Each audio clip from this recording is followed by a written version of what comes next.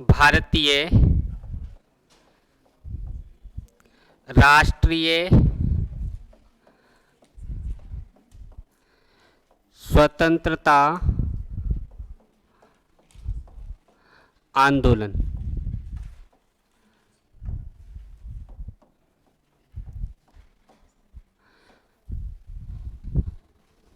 क्या पढ़ना है हमें? भारतीय राष्ट्रीय स्वतंत्रता आंदोलन। इसका जो समय होगा वो समय कब से कब तक का होगा? 1885 से 1947 तक का टाइम किसके अंतर्गत आएगा? भारतीय राष्ट्रीय आंदोलन के अंतर्गत। इससे पहले की कहानी क्या है? ये जो कहानी हमारी चल रही है, एक बड़ा विद्रोह, एक बड़ी क्रांति कब हो चुकी है? 1857 में हो चुकी है। और 1857 में जो क्रांति हुई, किसी ने उसको क्या क्या बताया? स्वतंत्रता आंदोलन बताया, किसी ने क्रांति बताया, किसी ने हिंदू मुस्लिम षड्यंत्रों का परिणाम बताया, किसी ने सैनिक विद्रोह बताया। लेकिन ये जो 1857 की क्रांति हुई वो राष्ट्रीय लेवल पे नहीं हुई, जगह जगह हुई। 1857 की जो क्रांति है वो इस देश को बचाने के लिए नहीं हुई, अपने अपने राज्य को बचाने के लिए हुई, अपने अपने क्षेत्र को बचाने के लिए हुई, अपने अपने उत्तराधिकार को बचाने के लिए होती है। बात समझ में आई? और ये जो भारतीय राष्ट्रीय स्वतंत्रता आंदोलन है ये राष्ट्र लेवल पे चलेगा, भारत को बचाने के लिए चलेगा, किसी व्यक्ति के राज्य को या किसी व्यक्ति के संस्कृति है उसको बचाने के लिए नहीं चल रहा है। किसको बचाने के लिए चल रहा है ये? इस समय भारत माता का कॉन्सेप्ट आ चुका है और ये जो राष्ट्रीय लेवल पे चलेगा ये भारत को बचाने के लिए चलेगा। किससे बचाने के लिए? अंग्रेजों से। जो अंग्रेज भारतीय लोगों का शोषण कर रहे हैं, अपने मन की खेती करवा रहे हैं, जैसा चाह रहे हैं वैसा टैक्स वसूल रहे हैं, जिसकी रियासत को चाह रहे हैं उसको अपनी नीतियों के तहत, राज्य हड़प नीति के तहत अपने अधिकार क्षेत्र में कर लेते हैं, या सहायक संधि के तहत खुद अधिकार कर लेते हैं। उनसे बचने के लिए राष्ट्रीय लेवल पे जो आंदोलन चलेगा क्या कहलाएगा? अब देखो, ज़्यादा समझने की ज़रूरत नहीं है, यहाँ पे आप देखो आंदोलन क्या होता है। क्यों भाई? आंदोलन क्या होता है? अपनी बात मनवाने के लिए शांतिपूर्वक जो डिमांड रखी जाती है उसको आंदोलन कहते हैं। ये जो आंदोलन है ये आंदोलन क्यों चल रहा है? स्वतंत्रता प्राप्ति के लिए। क्यों चल रहा है? स्वतंत्रता प्राप्ति के लिए। ये किस लेवल पर चल रहा है? राष्ट्रीय लेवल पर। किनके द्वारा चलाया जा रहा है? भारतीयों के द्वारा। तो ऐसा आंदोलन जो राष्ट्र लेवल पे हुआ, भारत के लोगों के लिए, भारत के लोगों के द्वारा हुआ, स्वतंत्रता प्राप्त करने के लिए हुआ, शांतिपूर्वक अपनी डिमांड जो रखी है उनको हम क्या कहेंगे? भारतीय राष्ट्रीय स्वतंत्रता आंदोलन। इसकी जरूरत क्यों पड़ गई? अंग्रेज तो बहुत पहले के आए हुए हैं, यूरोपीय कंपनियां बहुत पहले की आई हुई हैं। इन्होंने जो प्लासी का युद्ध है इसके बाद से बहुत बुरी तरीके से भारतीय लोगों का शोषण शुरू कर दिया। इसके कारण क्या क्या होंगे? एक तो कारण में देखें शिक्षा। अब देखो, भारत में अंग्रेजी शिक्षा का जनक किसको कहा जाता है? भारत में अंग्रेजी शिक्षा को लाने वाला कौन है? Lord Macaulay. लॉर्ड मैकाले जिसने अंग्रेजी को शिक्षा का माध्यम बनाया, और जो भारतीय लोग जो पढ़ लिख रहे हैं वो इस शिक्षा के माध्यम से ये देख रहे हैं कि एक तो होता है राजतंत्र और एक होता है लोकतंत्र। ये जो भारतीय लोग हैं, पढ़े लिखे युवा हैं जो स्कूल जाते हैं, पढ़ने जाते हैं, वो झेल क्या रहे हैं? राजतंत्र। और इन्हें ये पता है कि अच्छा क्या होता है? लोकतंत्र। इनके दिमाग में विचार आएंगे। दूसरा विचार जो आएगा, समाचार पत्र। समाचार पत्र, इनके माध्यम से ये जागरूक जो लोग हो रहे हैं, वो कारण बता रहा हूँ कि ये क्यों चल रहा है, ऐसे राष्ट्रीय लेवल पर क्या ज़रूरत पड़ गई इसकी, तो वो ज़रूरत देखो। दूसरा क्या है, समाचार पत्र। अब ये अंग्रेजों ने जितने भी काम किए ना, वो अपने फ़ायदे के लिए किए थे। अंग्रेजी शिक्षा का प्रचार उन्होंने इसलिए किया, जब भारत पर बड़े भाग पर जब शासन कर रहे हैं तो उनके लिए बहुत सारे कर्मचारी चाहिए, हजारों में लाखों में कर्मचारी चाहिए। अब इतने कर्मचारी अगर वो ब्रिटेन से, लंदन से भारत में लेके आए तो यूरोप में जनसंख्या ही कितनी है, और उस समय कितनी होगी, पूरा लंदन ही आ जाएगा, पूरा ब्रिटेन, इंग्लैंड भारत में ही आ जाएगा। इतने कर्मचारी तो यहाँ चाहिए, लाखों करोड़ों में तो यहाँ फौज है, उसके अलावा और कर्मचारी हैं।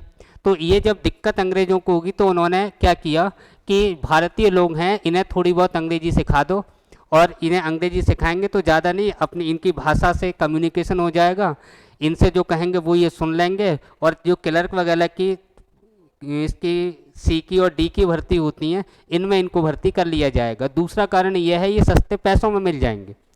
वहाँ से जो व्यक्ति आएगा, विदेश आप जाओगे कमाने जाओगे तो अच्छा पैसा मिलेगा तभी तो जाओगे, और यहाँ से कम मिले तो क्यों जाओगे। वही कारण है कि जो यहाँ के लोग हैं वो सस्ते दामों में मिलेंगे, सैलरी कम देनी पड़ेगी, इसीलिए यहाँ पे शिक्षा का प्रचार कर रहे हैं। और जब शिक्षा का प्रचार किया तो लोगों ने देखा कि साहब ये जो शासन व्यवस्था है वो एक लोकतंत्र है और एक राजतंत्र है। लोकतंत्र व्यवस्था अच्छी है, राजतंत्र में राजा की ही चलती है। ऐसी स्थिति में इन्होंने सोचा कि अगर हमें लोकतंत्र मिल जाए ये अच्छी बात है, क्योंकि हम राजतंत्र झेलते झेलते दुखी हो गए, इससे ज़्यादा अब नहीं झेल पाएंगे। तो ये डिमांड किसकी करेंगे। अब समाचार पत्र, ये समाचार यहाँ पत्रों की शुरुआत अंग्रेज करते हैं। ये सब क्यों कर रहे हैं, ये कारण ये है कि जब अंग्रेज अलग अलग क्षेत्रों में जब शासन कर रहे हैं तो भारतीय लोग उस समय विद्रोह करते थे। अब विद्रोह जब कर रहे हैं तो इन्हें ये पता नहीं लग रहा कि कहाँ कितने अंग्रेज भारतीयों ने मार दिए, कोई जानकारी नहीं मिल पा रही, कम्युनिकेशन का कोई साधन नहीं है। आज की तरह ये फ़ोन वगैरह या लैंडलाइन वगैरह कुछ नहीं थी, आज की तरह जो मीडिया चल रही है ये भी नहीं होती है उस समय।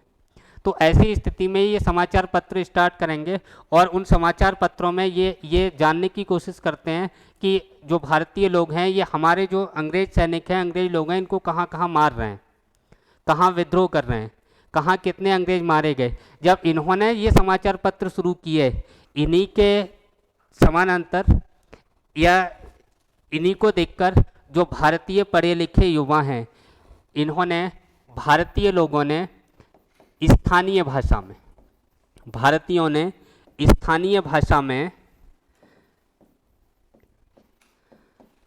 समाचार पत्रों की शुरुआत कर दी।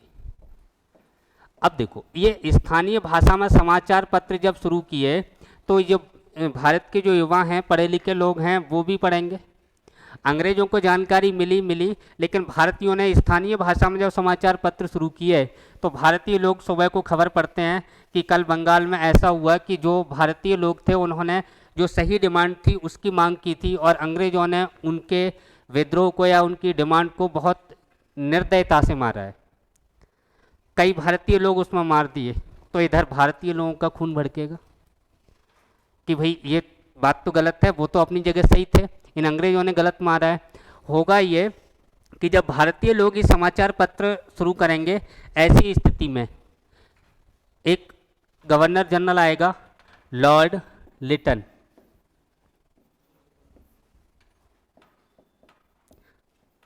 लॉर्ड लिटन को देख लो, इसकी क्या नीति है। इसने भाई साहब 1877 में दिल्ली में भव्य दरबार का आयोजन किया, भव्य दरबार का आयोजन किया।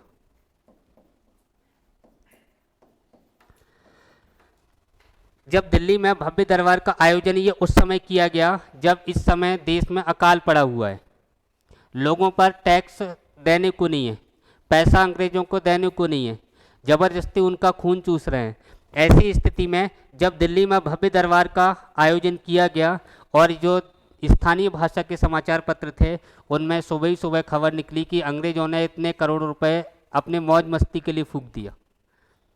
ऐसी स्थिति में जो गरीब लोग हैं, मजदूर लोग हैं, जिनके पास खाने को नहीं है, वो लोग ये सोचेंगे कि ये तो हमारा बहुत बुरी तरीके से शोषण कर रहे हैं। होगा ये, जैसे ही ये जो स्थानीय समाचार पत्र हैं इस खबर को छापेंगे तो लॉर्ड लिटन 1878 में भारतीय प्रेस पर रोक लगा देगा, भारतीय प्रेसों को बंद कर देगा। और इसने 1878 में एक एक्ट लेके आया। इस एक्ट को ध्यान रखना, ये लॉर्ड लिटन है। ये जो एक्ट लेके आता है इसे कहा जाता है वर्नाक्यूलर प्रेस एक्ट।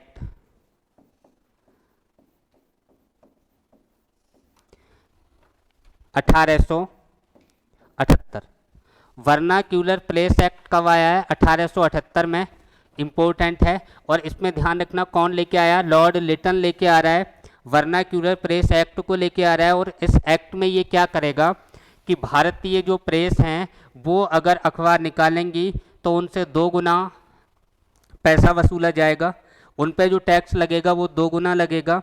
दूसरी बात, अगर जो सूचना इन्हें भारतीय लोगों को निकालनी है उस सूचना के लिए पहले अंग्रेजों से पूछना पड़ेगा। और दूसरी कंडीशन ये है कि अंग्रेजों के खिलाफ कुछ अखबार में छाप नहीं सकते। अब ऐसी स्थिति की सही बात ये ना छाप पाएँ तो ऐसी प्रेस का भी ये क्या करेंगे, ऐसे अखबारों का भी क्या करेंगे?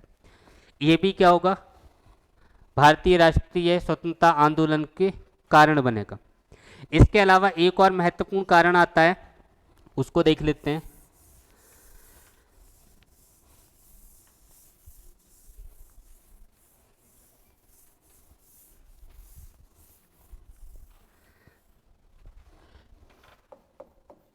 एक आता है इल्बर्ट बिल।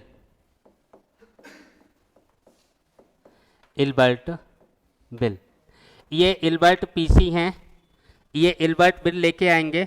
और ये बिल किसके समय में आया तो आपको क्या बताना है? Lord Ripon.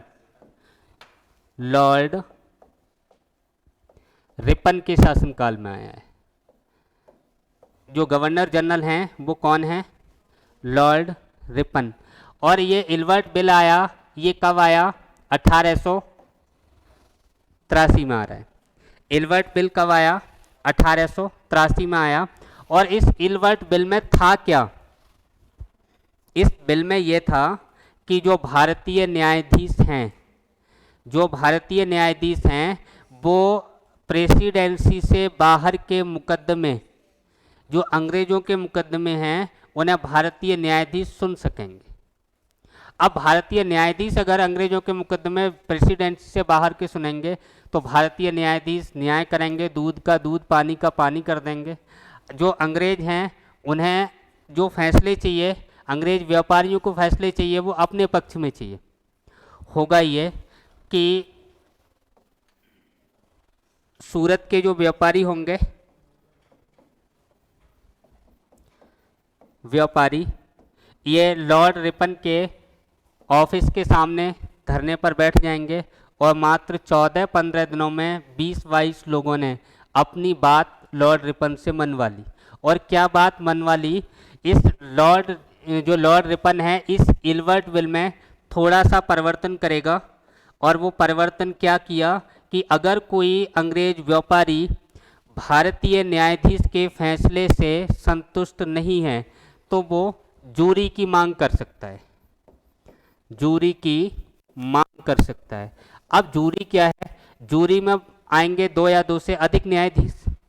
जूरी में क्या आएंगे? 2 या 2 से अधिक न्यायाधीश। अब 2 या 2 से अधिक न्यायाधीश आएंगे तो न्यायाधीश ज़्यादा कौन होंगे? अंग्रेज। फैसला किसके पक्ष में आएगा? अंग्रेजों के पक्ष में। इस थोड़ी सी चेंजिंग ने इस इल्बर्ट बिल का मूल स्वरूप बदल दिया कि फैसले अब अंग्रेजों के पक्ष में आने लगेंगे।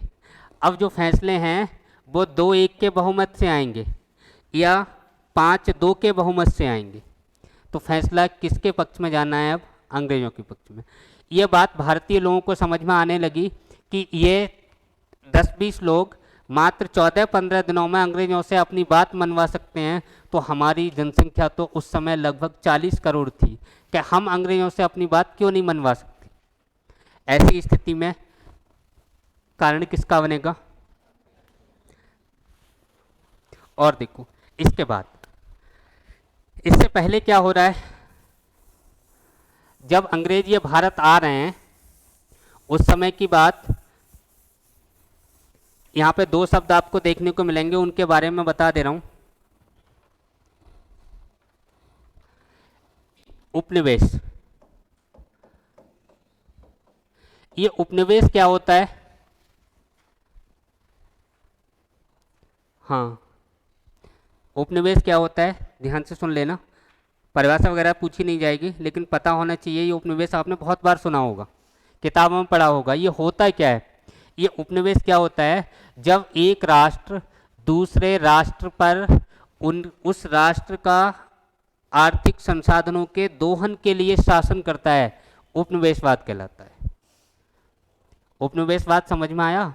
जब एक राष्ट्र दूसरे राष्ट्र पर आर्थिक संसाधनों के दोहन के लिए शासन करता है, उपनिवेशवाद कहलाता है। अरे बात क्लियर हो गई? क्या कहलाएगा? उपनिवेशवाद। अब देखो इतने दिन से ये विद्रोह क्यों नहीं हो रहे? कारण इसका क्या था? ये तो बहुत पहले के आए हुए हैं। विद्रोह ना होने का कारण ये था, जब अंग्रेज भारत आए थे तो अंग्रेजों ने भारतीयों से आके कहा, हम तुम्हें सभ्य बनाने आए हैं, हम तुम्हें शिक्षित करने आए हैं, हम तुम्हारा विकास करने आए हैं।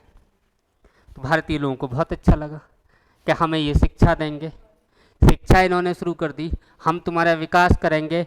विकास शुरू कर दिया, रेल चलवा दी, डाकखाना खुलवा दिया, प्रेस लगवा दी, बहुत सारे काम किए, लाइनें बिछवा दी, और हमें क्या लग रहा है? हमारा ये विकास कर रहे हैं। ये किसी को नहीं पता होता है कि आने वाले समय में ये क्या करेंगे।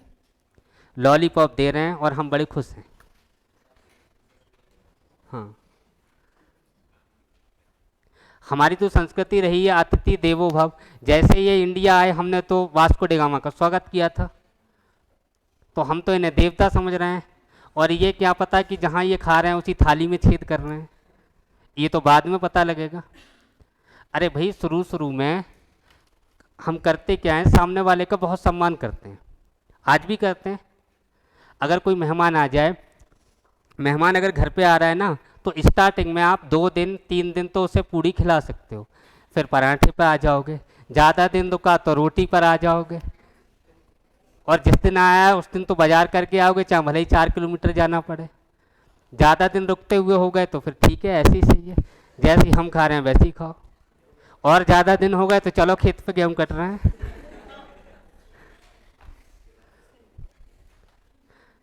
है नहीं है? तो ये होता है। आज की स्थिति में अगर हम लड़कों की स्थिति देखें तो भाई साहब, स्टार्टिंग में ना उसे चांद पे ले जाने की बात करते हैं।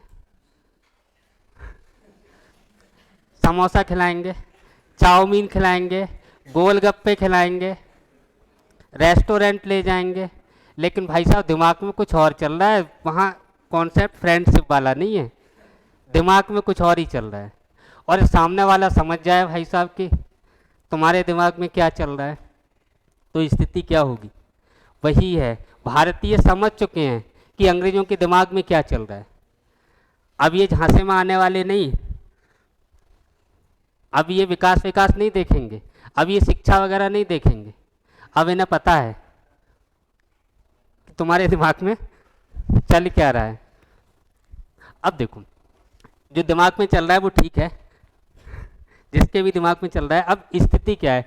यहाँ पे 1885 में ऐसा क्या हुआ कि जो राष्ट्रीय लेवल पर आंदोलन शुरू हुआ, तो यहाँ आपको जो ध्यान रखना है, कांग्रेस की स्थापना, कांग्रेस की स्थापना वेरी इंपॉर्टेंट पॉइंट है। क्या ध्यान रखना है? कांग्रेस की स्थापना। अब देखो इसके बारे में सुनो भाई साहब, ये जो कांग्रेस की स्थापना है, इसका जो कहा जाता है कि इसका जो विचार था, वो विचार 2 व्यक्तियों ने मिलकर बनाया था। किस किस ने बनाया था? जो उस समय गवर्नर जनरल था। गवर्नर जनरल कौन था? Lord Dufferin. चलो कुछ बातें लिखा दे रहा हूँ यहाँ पे। इसके टाइम, हाँ, इसके समय अगर मैं गवर्नर जनरल की बात करूँ तो कौन होगा? Dufferin, Lord Dufferin. इस समय अगर मैं देखूं भारत सचिव कौन है? भारत सचिव। ये भारत सचिव का पद 1857 की क्रांति के बाद आ चुका है। जो अंग्रेजों का प्रतिनिधित्व तो भारत में करेगा, यानी ब्रिटिश संसद का, ब्रिटिश क्राउन का प्रतिनिधित्व तो भारत में कर रहा है। क्या नाम है? भारत सचिव नियुक्त हुआ है। ये जो भारत सचिव है इसका नाम क्या है? Lord cross. इसका नाम क्या है? Lord cross. एक यहीं पर भाई साहब बैठा है, एक retired ICS officer, ICS officer, ये रिटायर्ड है। इसका नाम क्या है? एओ हयूम, एलन ऑक्टेवियन हयूम, एलन ऑक्टेवियन हयूम। यहाँ दिक्कत क्या थी? अंग्रेजों को दिक्कत ये आ रही थी कि जो भारतीय लोगों की समस्याएं बहुत ज़्यादा बढ़ गई थी, और ये बार बार इन जो लॉर्ड डफरिन हैं, अंग्रेज हैं, गवर्नर जनरल है, इनके ऑफिस के आगे रोज़ धरने दे रहे थे, रोज़ अपनी डिमांड रख रहे थे। अब रोज़ बार बार धरना दो, बार बार डिमांड रखो, तो अंग्रेज इनसे दुखी आ गए। इन्होंने कहा कि कोई एक ऐसी संस्था बीच में बनाओ कि ये उससे बात करें आकर, वो संस्था हमें आके शांतिपूर्वक बताए। रोज रोज के लफड़ों से ये अंग्रेज भी बचना चाह रहे हैं। तो कहा जाता है कि लॉर्ड डफरिन और एओ हयूम मिलकर एक योजना बनाते हैं कि ऐसा करो, एक पार्टी बना दो और ये भारतीय लोग अपनी समस्याएं उस पार्टी को सुनाएं, वो पार्टी हमें आके बताए कि इस प्रॉब्लम क्या है तुम्हें। ऐसी स्थिति में कहा जाता है कि जो एओ हयूम है, इसकी और लॉर्ड डफरिन के दिमाग की उपज थी कांग्रेस पार्टी की स्थापना। बात समझ में आई? किसके दिमाग की उपज है? लॉर्ड डफरिन, जो कौन है? अंग्रेज आईसीएस ऑफिसर है, वर्तमान में ये रिटायर्ड हो चुका है। जो लॉर्ड डफरिन है ये कौन है भाई साहब? गवर्नर जनरल है। इन दोनों ने मिलकर कांग्रेस की स्थापना की है। हालांकि बाद में डफरिन ने कांग्रेस को देशद्रोही संस्था भी बताया है, बाद में बताया है। उसे नहीं पता था कि आज हम जो गड्ढा इनके लिए खोद रहे हैं उसमें हम ही गिरेंगे आके, और एक समय ये आएगा, ये कांग्रेस पार्टी जिसकी स्थापना अंग्रेजों ने की, ये अंग्रेजों के ही धुआं बखेर देगी। एक तरफ से अंग्रेजों को ही यहाँ से भागना पड़ेगा। उन्हें इसकी जानकारी नहीं थी, अंदाजा नहीं था। वो ये सोच रहे कि हम इसे अपने फ़ायदे के लिए यूज करेंगे। अंग्रेजों ने शिक्षा दी इसके लिए कि हमें यहाँ क्लर्क मिलेंगे, सस्ते पैसों में कर्मचारी मिलेंगे, लेकिन उन्हें नहीं पता ये पढ़ लिख जाएंगे तो हमें समस्या पैदा करेंगे। तो वही हो रहा है कि अंग्रेज जो काम कर रहे हैं उनमें उनका स्वार्थ छिपा हुआ है, दिमाग में कुछ और चल रहा है, और लॉलीपॉप दे रहे हैं कि हम तुम्हें सभ्य बना रहे हैं, बनो सब। अब देखो, ये जो एओ हयूम है, इन्होंने एक नाम सुझाया था, और वो नाम क्या था? कांग्रेस। ये कांग्रेस नाम किसने दिया है? एओ हयूम ने। इस कांग्रेस शब्द का अर्थ क्या होता है? जनसमूह। कांग्रेस शब्द का अर्थ क्या होता है? जनसमूह, ग्रुप ऑफ पीपल। ये कांग्रेस शब्द है, ये कांग्रेस शब्द किस भाषा का है? तो भाषा कौन सी बताओगे? लैटिन। कांग्रेस शब्द किस भाषा का है? लैटिन भाषा का। ये कांग्रेस शब्द कहाँ से लिया है? कहाँ से बता दोगे? उत्तरी अमेरिका से, नॉर्थ अमेरिका से। हालांकि कांग्रेस जो उत्तरी अमेरिका है उसकी संसद का नाम भी क्या है? कांग्रेस। बात समझ में आई? जो उत्तरी अमेरिका की संसद का नाम, पार्लियामेंट का नाम क्या है? कांग्रेस। अब देखो, ये कांग्रेस शब्द दिया, किसने दिया? एओ हयूम ने। इसका अर्थ क्या है? जनसमूह। किस भाषा का शब्द है? लैटिन भाषा का। कहाँ से ये शब्द लिया गया? उत्तरी अमेरिका से लिया जाता है। और देखें, ये जो एओ हयूम है, इंपॉर्टेंट क्वेश्चन, इसे शिमला का संत कहा जाता है। शिमला का संत किसे कहा जाता है? जब ये रिटायर्ड हो गए उसके बाद ये शिमला में जाकर अपना घर बना लिया और मज़े से रहने लगे। तो शिमला का संत किसको कहा जाता है? एओहिम को। ये किस विचारधारा के समर्थक थे? ये किस विचारधारा के समर्थक हैं भाई साहब? हाँ, कौन सी विचारधारा? ब्रह्म ब्रह्म विद्या के ब्रह्म विद्या के विचारक हैं या समर्थक हैं, समर्थक लिख लो। ब्रह्म विद्या के ब्रह्म विद्या के समर्थक थे।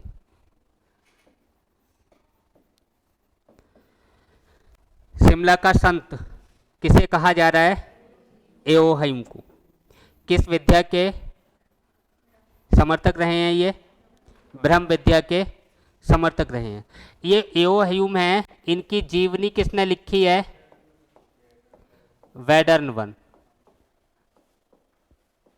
वेडरबर्न। ये जो वेडरबर्न है, ये जो कांग्रेस पार्टी बनेगी इसकी अध्यक्षता भी करेगा। यानी कि कांग्रेस की अध्यक्षता करने वाला दूसरा अंग्रेज कौन है? वेडरबर्न। कांग्रेस की अध्यक्षता करने वाला पहला अंग्रेज कौन है? George Yule. पहला अंग्रेज कौन है? George Yule.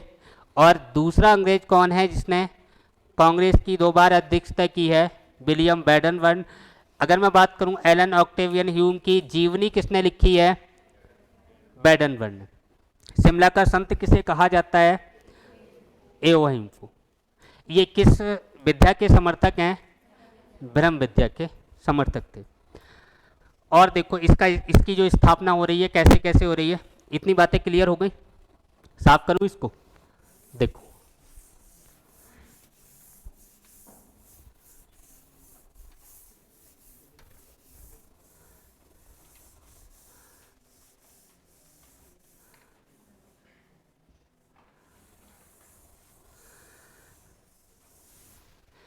ये जो कांग्रेस की स्थापना है भाई साहब,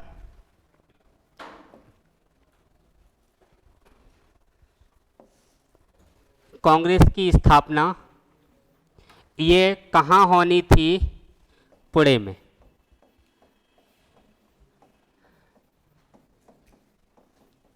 कहाँ होनी थी? पुणे में। कांग्रेस की स्थापना कहाँ होनी थी? पुणे में। डेट रख दी गई 28 दिसंबर 1885। कांग्रेस की स्थापना करेंगे और सब लोग इकट्ठे होके कहाँ आ जाइयो? पुणे में आ जाइयो।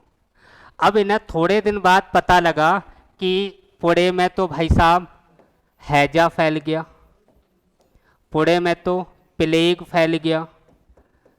इन्हें दूसरे ही दिन सूचना भिजवानी पड़ी कि कोई भी व्यक्ति पुणे मत चले जाना, कोरोना आ गया है, सबके सब मारे जाओगे। कौन सी बीमारी आ गई? प्लेग। अब देखो पुणे में होना है इसका पहला अधिवेशन। मीटिंग जो कहाँ होनी थी? पुणे में होनी थी। अब पुणे में जैसे ही प्लेग फैला, जैसे ही हैजा की बीमारी फैलेगी, ये जो लोग हैं पुणे जाने से मना कर देंगे और सूचना निकलवा दी जाएगी कि कोई व्यक्ति पुणे मत पहुंच जाना, जिंदा नहीं आएगा। तो भाई साहब लोगों ने पूछा कहाँ आ जाएं? क्या कहाँ आओगे? मुंबई आ जाओ। कहाँ आ जाएं? मुंबई। अब कहाँ आना है? मुंबई आना है। कांग्रेस की स्थापना कहाँ हुई है? मुंबई में हुई है। अब देखो मुंबई में हुई है, ये बम्बई में आए तो बम्बई में कहाँ आए? जगह बताओ कौन सी? गोकुलदास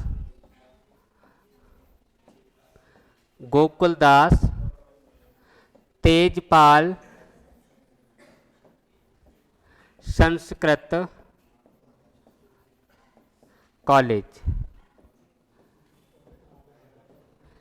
गोकुलदास तेजपाल संस्कृत कॉलेज कहाँ आना है? मुंबई के अंदर। पहले कहाँ जाना था? अब भाई साहब जितने भी लोग थे उनसे कह दिया कि पुणे मत पहुंच जाना, मुंबई आ जाओ। और मुंबई में कहाँ आ जाओ? गोकुलदास तेजपाल संस्कृत कॉलेज में। क्या करना है भाई साहब? स्थापना करनी है। क्या करना है? स्थापना। किस दिन इकट्ठे हुए? 28 दिसंबर 1885 को। कहाँ इकट्ठे हो रहे हैं? मुंबई में। किस स्थान पे हो रहे हैं? गोकुलदास तेजपाल संस्कृत कॉलेज में इकट्ठे हो गए। भाई साहब यहाँ जो इकट्ठे हुए कितने लोग थे?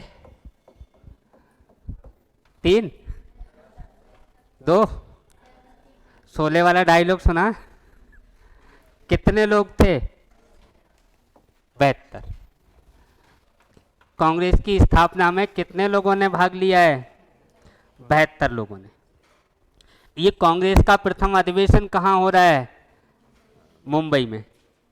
इसकी अध्यक्षता कौन कर रहा है? प्रथम अध्यक्ष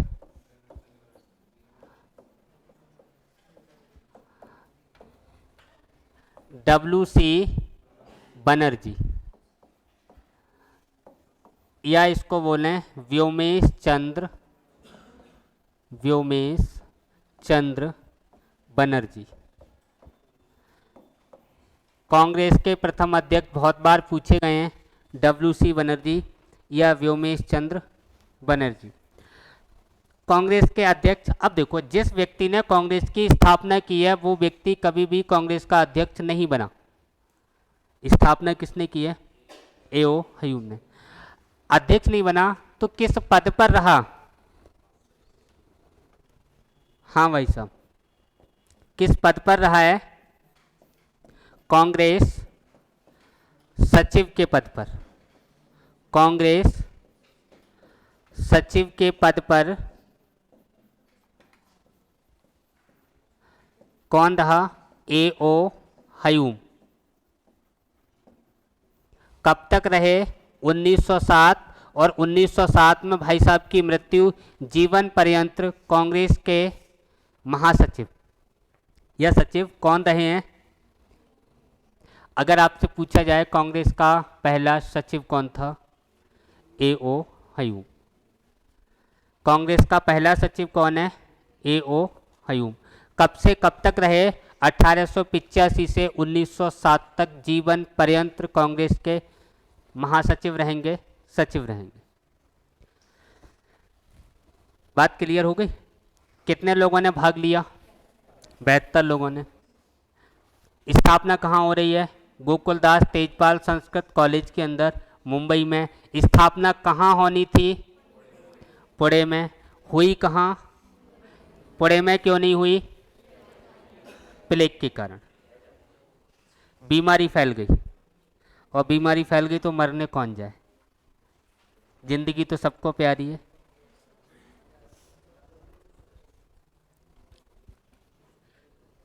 इस कांग्रेस का पहले नाम क्या था? इस कांग्रेस का पूर्व नाम। कांग्रेस का पूर्व नाम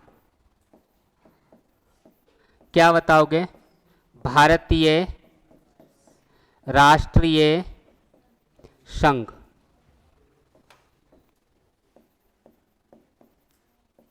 भारतीय राष्ट्रीय संघ था। बाद में क्या कर दिया गया? कांग्रेस कर दिया गया। भारतीय राष्ट्रीय कांग्रेस कर दिया।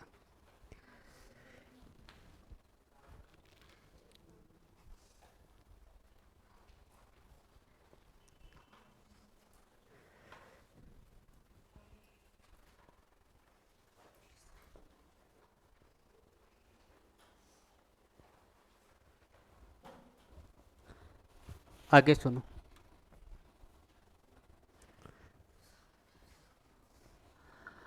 अब देखो, इनके अधिवेशनों की मैं बात कर रहा हूं।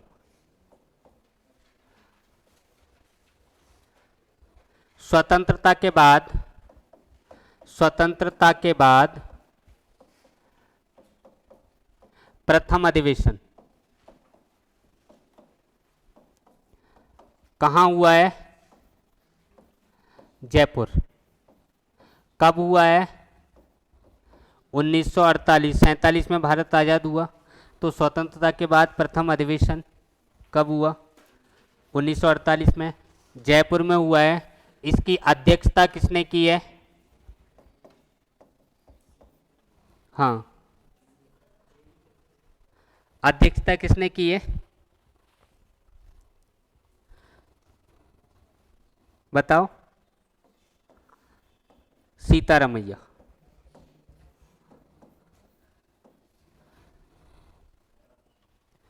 आजादी के समय अध्यक्षता किसने की है? जेबी कृपलानी। 1947 में आजादी के समय किसने की है, और आजादी के बाद किसने की है? सीतारमैया। अब देखो, जैसे ही इसकी स्थापना होती है कांग्रेस की, लोग अपने अपने विचार देने लगते हैं। कोई इसको कुछ कहता है, कोई कुछ कहता है। जिनके क्वेश्चन पूछे गए हैं उनकी बात मैं कर रहा हूं, कौन कौन सी बातें पूछी गई हैं। कांग्रेस को सेफ्टी वाल्व का सिद्धांत, सेफ्टी वाल्व थ्योरी किसने दी? सिद्धांत। यानी कांग्रेस का जो प्रयोग है वो अंग्रेज सेफ्टी वाल्व के रूप में कर रहे हैं। ये बात किसने कही थी? लाला लाजपत राय ने। लाला लाजपत राय।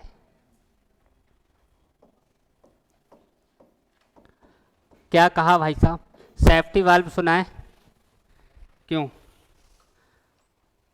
प्रेशर कुकर देखा है? उसमें जो बाल लगा होता है जहां से गैस निकलती है, वो सेफ्टी वाल्व होता है। उसका काम क्या है? वो सेफ्टी इस तरह करता है कि अगर उसमें वाल्व ना हो या वाल्व खराब हो जाए तो कुकर फट जाएगा। कुकर की सेफ्टी करता है। जो रसोई में काम कर रहे हैं उनकी भी सेफ्टी करता है। तो सेफ्टी वाल्व के रूप में कांग्रेस का प्रयोग हुआ। ये कौन बताना चाह रहे हैं? लाला लाजपत राय। और कैसे बता रहे हैं?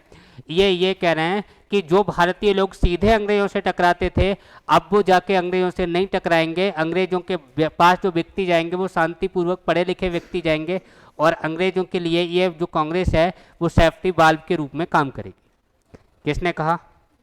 लाला लाजपत राय ने। तड़ित चालक का सिद्धांत किसने दिया? तड़ित चालक का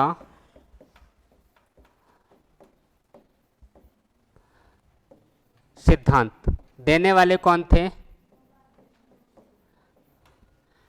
गोपाल कृष्ण गोखले। गोपाल कृष्ण गोखले। इन भाई साहब ने क्या कहा? इन्होंने कहा ये कांग्रेस की जो स्थापना है वो तड़ित चालक के रूप में हुई है। तड़ित चालक का मतलब कि अगर बिजली चमकती है और उसमें तड़ित चालक ये लगा हुआ है, तो जो बिजली चमकेगी अगर किसी मकान पे गिरेगी तो वो सीधी ज़मीन में चली जाएगी, मकान खराब नहीं होगा, मकान में टूट फूट नहीं होगी। अरे तड़ित चालक घरों में सिटियों में लगाए जाते हैं, और वो क्यों लगाए जाते हैं? कि ऊपर से बिजली गिरे तो मकान डिस्ट्रॉय ना हो, मकान खराब ना हो, वो करंट सीधा कहाँ जाए? जमीन में। ये तड़ित चालक की संज्ञा देने वाले कौन हैं? गोपाल कृष्ण गोखले। और किसने क्या क्या कहा है भाई साहब, इसको बताओ। कांग्रेस राष्ट्रद्रोहियों की संस्था है। कांग्रेस राष्ट्रद्रोहियों की संस्था है। किसने कहा है? राष्ट्रद्रोहियों की संस्था।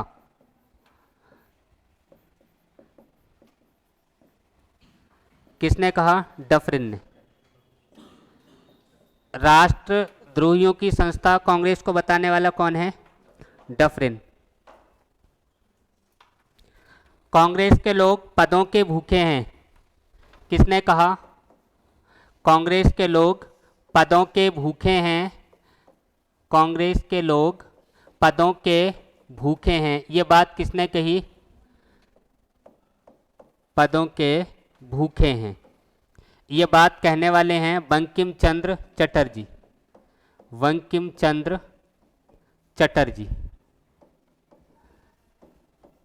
कांग्रेस के लोग पदों के भूखे हैं, ये बात किसने कही है? बंकिम चंद्र चटर्जी ने। एक बात और लिख लो,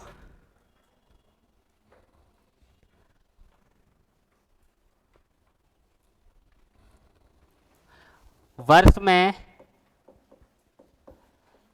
एक बार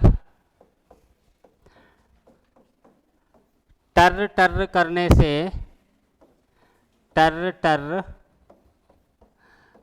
से आजादी नहीं मिलती,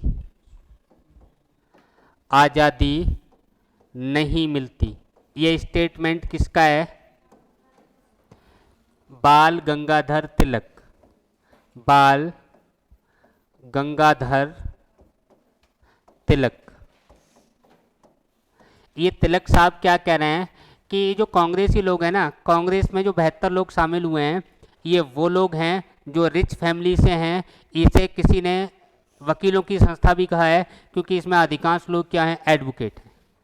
ये सब पढ़े लिखे लोग हैं, इनके पास इतना टाइम नहीं है ये रोज रोज जाके धरना दें, रोज रोज अपनी मीटिंग करें। ये लोग वर्ष में एक बार, और वो भी इनका वार्षिक जो अधिवेशन होता है जो दिसंबर के महीने में होता है, वहाँ मात्र 3 दिन बैठक करते हैं ये लोग, बाकी पूरे वर्ष कोई काम नहीं करते हैं। अब ऐसी स्थिति में ये जब ऐसी स्थिति किस कांग्रेस की देखी, कांग्रेस के सदस्यों की देखी, तो बाल गंगाधर तिलक ने एक स्टेटमेंट कहा, ये कहा कि वर्ष में एक बार टर करने से आज़ादी नहीं मिलती। जैसे लोग आज की डेट में कहते हैं बरसाती मेढक, तो बरसाती मेढक तो साल में जब बारिश होगी तभी टर करते हैं, और वही किसको कह दिया गया है? कांग्रेस को।